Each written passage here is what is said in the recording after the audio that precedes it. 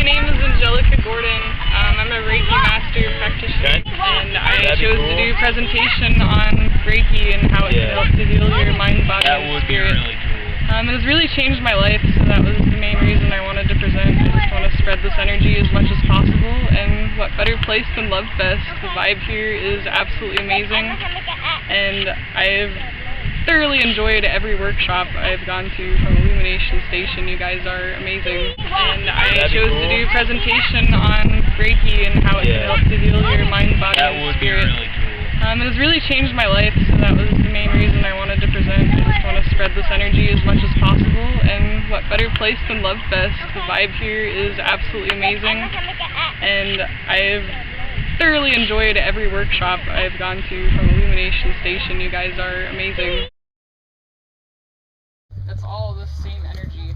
In Star Wars, it's the Force. Yes, in Star Wars, it's the Force. Thank you. And so, energy in your body flows in this network of lines. Just like if you think of your blood system, how it's all of these different branching vessels going throughout your body, or your nervous system, your energy system is similar. And so the chakras you can think of them as nodes along your body, where a lot of these lines are coming together. And so each chakra, as you guys may know, is associated physically with a gland or an organ, and emotionally with some aspect of yourself. So I'm just going to run through them really briefly, just kind of as a recap. You have your crown chakra, is right above your head, and most people visualize this as a purple or a white, and this is, it controls the pineal gland.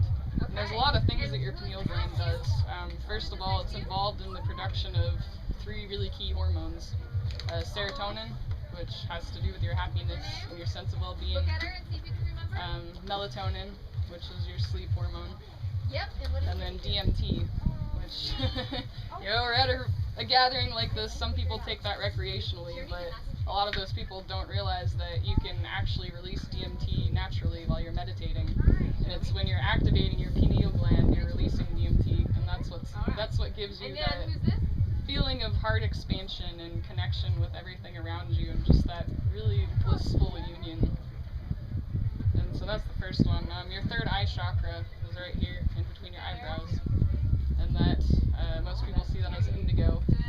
Your pituitary gland is the master gland in your brain, and that's related to your third eye. And that's also intuition.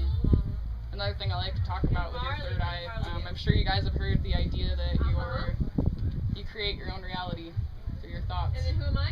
And so manifestation comes from your third eye. Your throat is your communication center.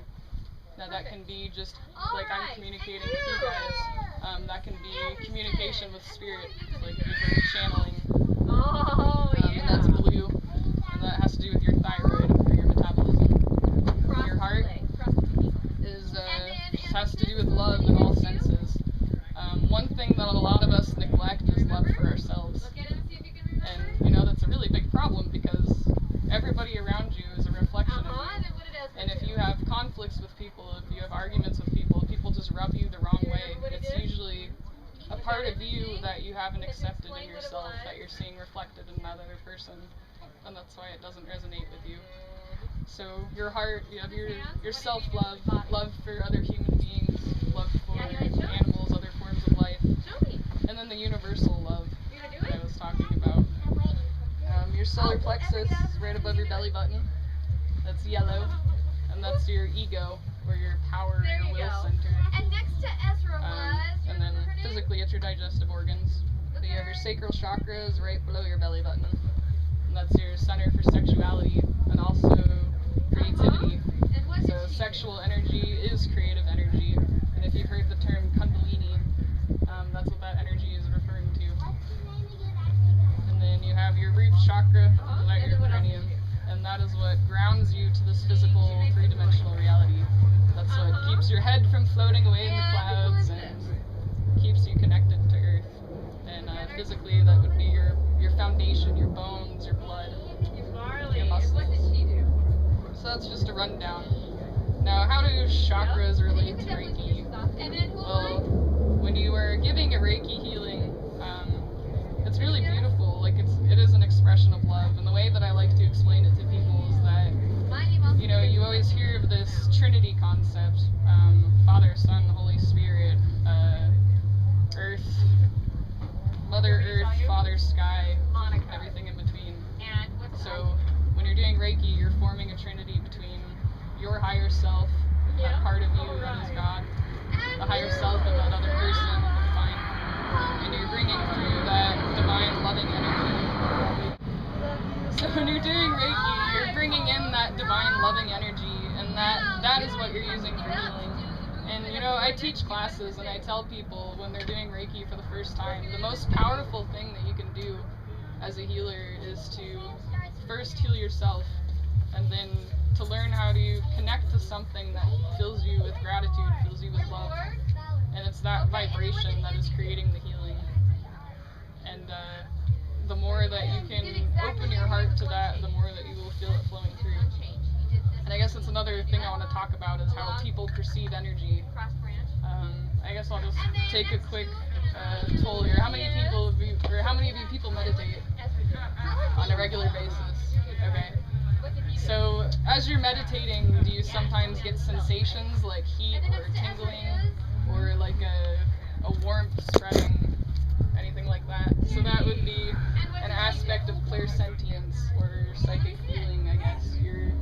That energy is coming through you in your sense of touch.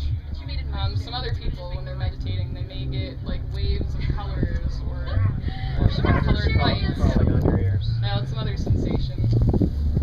So that's just energy coming through clairvoyance or psychic seeing. Some people may hear like notes being played, flutes, music, people talking. Like, I don't personally experience that, but that's clairaudience. And I find that everybody has these abilities, like they're innate, and it's just, as we're growing up, our society tells us, oh no, you're hallucinating, you experience these things, no, you're crazy, so we don't talk about them, and eventually we lose touch with them. And so when you're doing something like learning Reiki and you're feeling the energy coming through, the reason why it's different for every person is that we all have different conditioning. And so some people might be scared if they see something and they're meditating, so that's why they're not visual, and they just get feelings. So when you're giving or receiving Reiki, energy can come through any of those ways. Like, the most common for me, I guess, is people will feel a heat going to the area where my hands are, or like a tingling, or a weight being lifted. Some people, this is kind of rare, but some people have really vivid memories. And the reason for that is that Reiki is healing on every level. So we have our physical body here that we can touch and look at, and then think outside your body, maybe in your aura, you have your emotional and mental level, and then outside that is your spiritual level. So Reiki energy can affect you on all of these levels, and I personally believe, and like a lot of different modalities share this idea, that when you have a physical problem, like say diabetes or just physical pain, they think that that starts on a spiritual level and it filters down through those denser levels until it eventually manifests as a physical disorder. There you go. And so by healing on the spiritual level, oftentimes you can take care of that root cause of the problem instead of just treating the symptom of pain or the imbalance. And that could be a lot more powerful. And when you're doing that, people will experience releases. Not everybody. Like, you have to be open to it, you have to be ready to release it, but say like someone has a pain right here. I'll use an example that happened like a couple weeks ago. I was doing Reiki on someone's throat chakra, and out of nowhere they got this pain right here, like this really sharp pain. And so I put my hand over it, and they had like this